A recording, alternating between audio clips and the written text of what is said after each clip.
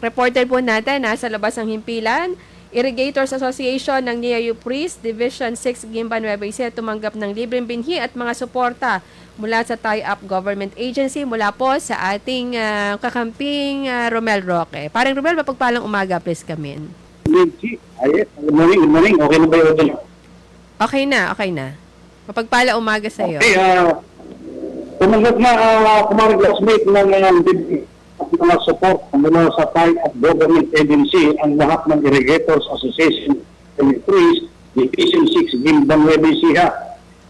Kinatawan si Manager Ariel Domingo ng kanyang assistant manager dahil bawal na pala intindihin ng media ang mga manager ng Irrigators, no? At ayon nga dito kaya Assistant Manager Operation Maintenance and Institutional Section Chief Arlen L. Miguel. Ang Nia Yupris Division 6 ay patuloy po sa kanyang pagtugon sa mga programa po ng ating gobyerno na patubigan ang 20,996 hectares na sinasakop po. Yung bayan po ng Talugtog, bayan po ng Gimba, bayan po ng Puyapo, bayan po ng Pikwan, at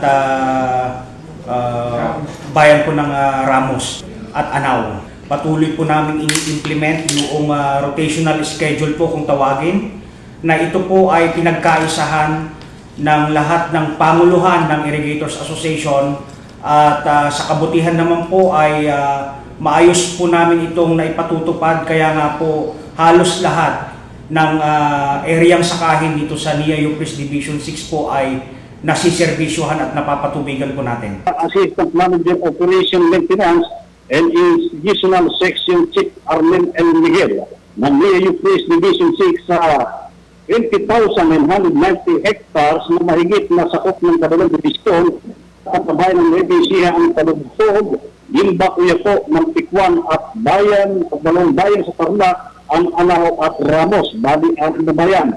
Rotational schedule naman na pinagkaisahan ng lahat ng Pangulong Irrigators Association ng bawat bayan ang dapat ayusin na kanilang mga patubig ay naibibigay na lang. Nagkaroon din ng sila ng partnership sa LGU Talugtog para sa ilang programa na naibibigay sa mga magsasaka ng Association of Irrigators dito sa Division 6, maging sa dalawang Irrigation Association sa NFA na direkta na ipagbibili ang kanilang palay. Nagbebenta rin ng mga asosasyon ng irrigators ang kanilang produkto sa murang halaga na may regular monthly meeting ng ika-third week ng buwan sa kanilang tanggapan para sa updating, kalagayan ng patubig at mga pagawain. At marami pa na programa na maaari nilang ilabas anumang oras na sila ay available ng magpa-interview sa atin tomorrow.